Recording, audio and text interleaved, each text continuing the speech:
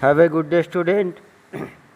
Now, class 9 history chapter 2, socialism in Europe and the Russian revolutions. The age of social changes. In the previous chapter, you read about the powerful ideas of freedom and equality that circulated in Europe after the French Revolution.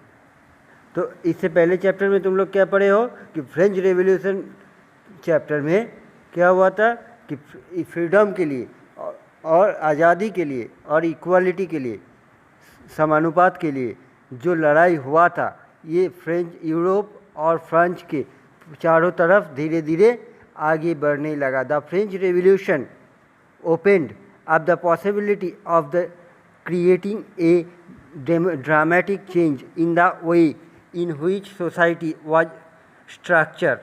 As you have read, before the 18th century, society was more divided into state and order, and it was the aristocracy and church which controlled economic and social power. तो French revolution शुरुआत में 18th century में तुम लोग क्या पढ़े थे? Sociality, social power और इकोनॉमिकल पावर एक देश का वो मेंटेन होता था चर्च और रिच मैन, जो लोग ज़्यादा धनी हैं, ये धनी लोग, और जो रिच पीपल थे समाज के, और चर्च के लोग मतलब धर्म से जुड़े हुए जो लोग हायर, जैसे लाइक हम लोगों के यहाँ पर ब्राह्मण हो या किसी भी मस्जिद में क्या कहते हैं उसको, मौलवी हो, इस टाइप का. चर्च में भी जो प्रोटेस्टेंट पादरी लोग थे वो लोग ज़्यादा पावरफुल थे. और क्या देखे थे कि समाज को 3 स्टेट में डिवाइड किया गया था. I think you are all remember that. Clergy, nobility and third state. Suddenly after the revolution it seemed possible to change this in many parts of the world, including Europe and Asia. New ideas about individual rights and who controlled special social power began to be discussed. इसके बाद, इसी French revolution के बाद समाज में man to man rights, each and every man, सारे लोगों का एक राइट्स होना चाहिए, अधिकार रहना चाहिए. मतलब डेमोक्रेटिक कंट्री जो बनने का जो पॉलिसी चालू हुआ था, ये सिर्फ फ्रांस नहीं, यूरोप, एशिया के बहुत सारे देशों ने यह आइडिया को अपनाया. In India, Raja Ram Mohan Roy and Derozio talked of the significance of the French Revolution, and many other debated the ideas of post-revolutionary on Europe. जैसे इंडिया में राजा राम मोहन रॉय एंड डिरोजियो, ये लोग क्या थे? समाज के रिफॉर्मर थे. राजा राम मोहन रॉय, डिरोजियो, ये लोग सोशल रिफॉर्मर थे. तो ये लोग इंडिया में भी ये पॉलिसी चालू करने के लिए बहुत सारा डिबेट्स आयोजित किए थे. The development in the colonies in turn reshaped the ideas of social changes. ये सब जितना भी फ्रांस में डेवलपमेंट के लिए या कॉलोनीज़ में जितने भी पॉलिसीज़ अपनाया गया था, ये हमारे देश में, इवन यूरोप, एशिया कॉन्टिनेंट में जितना भी देश था, चारों तरफ ये आइडियाज़ फॉलो करने के लिए कहा गया, इवन बनाना भी शुरू हुआ था. Not everyone in Europe, however, wanted a complete transformation of society.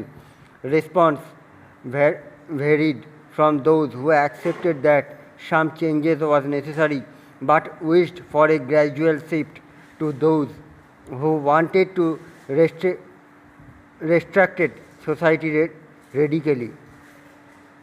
तो ऐसा नहीं कि यूरोप में जितना भी कंट्री या एशिया में जितने भी कंट्री थे, सभी लोगों ने फ्रेंच का जो रेवोल्यूशन का पॉलिसी आया था या डेमोक्रेटिक पॉलिसी जो फ्रेंच ने अपनाया था, ये सभी लोग अपना लिया था.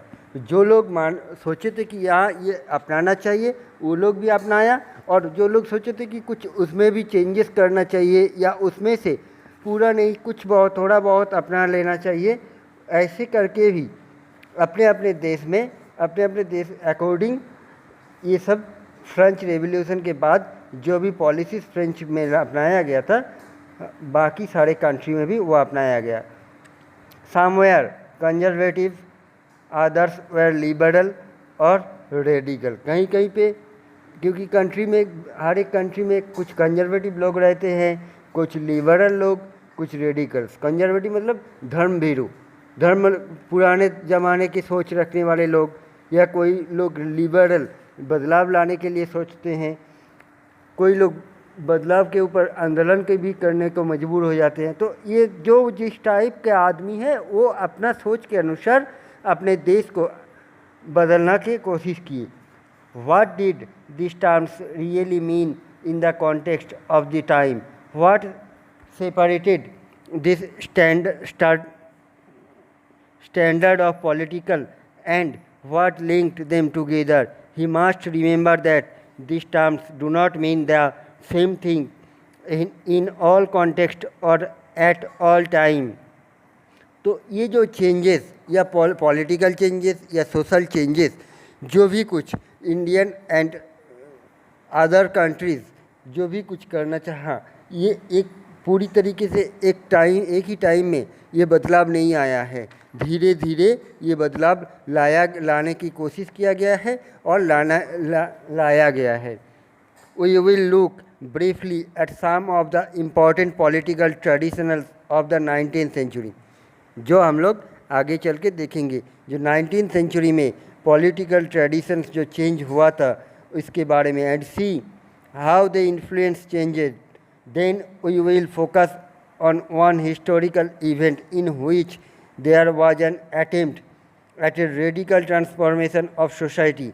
इसके बाद हम लोग एक एग्जाम्पल के तौर पे एक सोशल रिफॉर्मेशन की स्टोरी हम लोग पढ़ेंगे, जहाँ पर कैसे धीरे धीरे समाज ट्रांसफॉर्मेशन हुआ था, इसके बारे में हम लोग जानेंगे। Though we revolution in Russia socialism became on one of the most significant and powerful ideas to shape society in the 20th century. तो इसमें हम लोग क्या पढ़ेंगे? रशियन रेवोल्यूशन या रशियन सोशलिज्म। रशिया में जो सोशल सामाजिक जो सिचुएशन था उससे रशियन लोग कैसे उभर के आए और रेवोल्यूशनरी के माध्यम के जरिए कैसे अभी 20th सेंचुरी में रशिया का जो हालत या सिचुएशन जो चल रहा है वो कैसे ये बदलाव आया है, इसके बारे में हम लोग आगे पढ़ेंगे। ठीक है, today's enough for this. To next day we will start Russian revolution in deeply. Okay, good bye.